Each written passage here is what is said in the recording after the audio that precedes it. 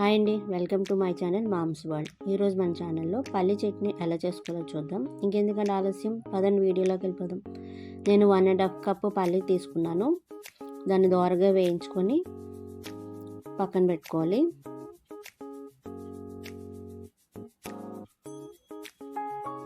చూసారు కదా, ఇలా ఈ షేడ్లో వచ్చేదాకా కూడా మనం వేయించుకోవాలి. ఇలా వేయితే మనకి పొట్టు ఈజీగా వచ్చేస్తుందండి. పచ్చి లేకుండా కూడా వేయించుకోవాలి. దాని ఫ్లేవర్ కూడా మనకి బాగా తెలుస్తుంది.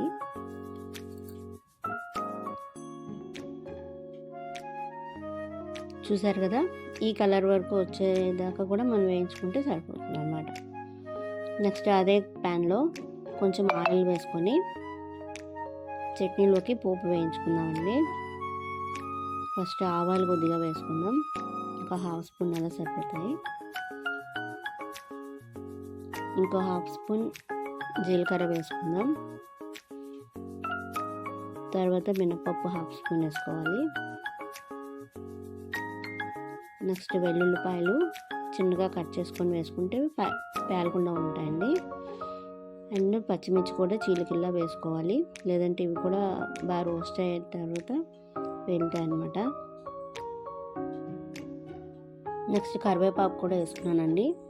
కరివేపాకు ఉంటే ఒక గుప్పెడి దాకా వేసుకుంటే చట్నీ చాలా టేస్టీగా ఉంటుంది. ఇలా వేగాయి కదా, ఇంకా స్టవ్ ఆఫ్ చేసేసి ఇంకా వీటిని కూడా ఒక పక్కన పెట్టుకోవాలి. అన్నీ కూడా చల్లారాక మనం మిక్స్ చేసుకుందాం.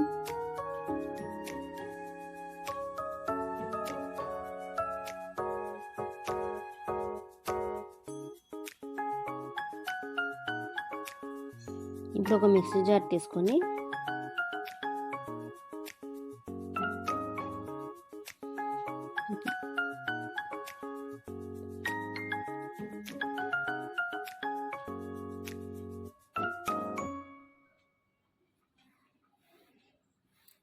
మనం వేయించి పెట్టుకున్న ఈ పోపు అంతా కూడా వేసుకోవాలండి.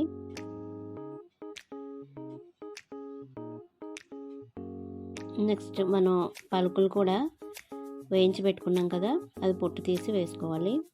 అందులోనే కొంచెం కొద్దిగా చింతపండు నానబెట్టి వేసుకుంటే బాగుంటుంది ఆ ఫ్లేవరు. అండ్ సాల్ట్ కూడా సరిపడా వేసుకోవాలి. ఈ మొత్తాన్ని ఒకసారి గ్రైండ్ చేసుకోవాలి. సరిపడా వాటర్ వేసుకొని మిక్సీ చేసేద్దాం. నెక్స్ట్ అదే ప్యాన్లో ఇప్పుడు ఈ చట్నీ మొత్తానికి తాలింపు కోసం కొద్దిగా ఆయిల్ వేసుకొని ఆవాలు, జీలకర్ర,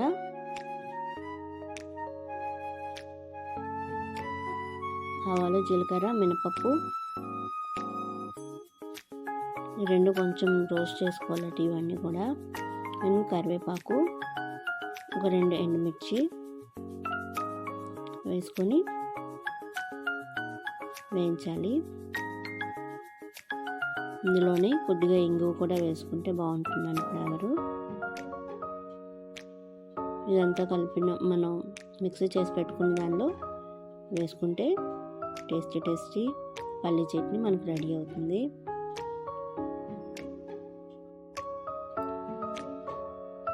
ఇది ఒకసారి స్పూన్తో బాగా కలుపుకొని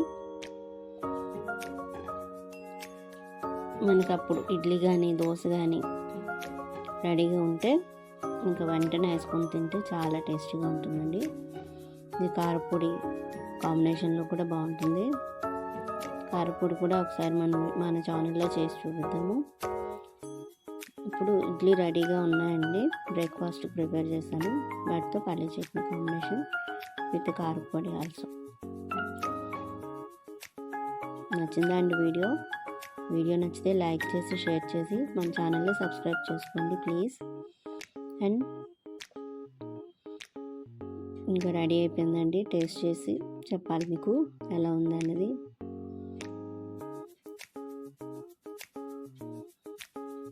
ఇడ్లీ పెట్టాను ప్లేట్లో, అండ్ చట్నీ అండ్ కారపొడి. టేస్టీ బ్రేక్ఫాస్ట్ అండి ఈరోజు మా ఇంట్లో.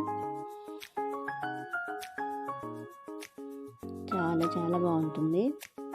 పల్లి చట్నీ ఎప్పుడు కూడా వాటర్ తక్కువ వేసుకొని ఇలా చేసుకుంటే టేస్ట్ ఇంకా చాలా బాగుంటుందండి. ఓకే అండి, thank you for watching. Bye అండి. Please subscribe my channel. Bye.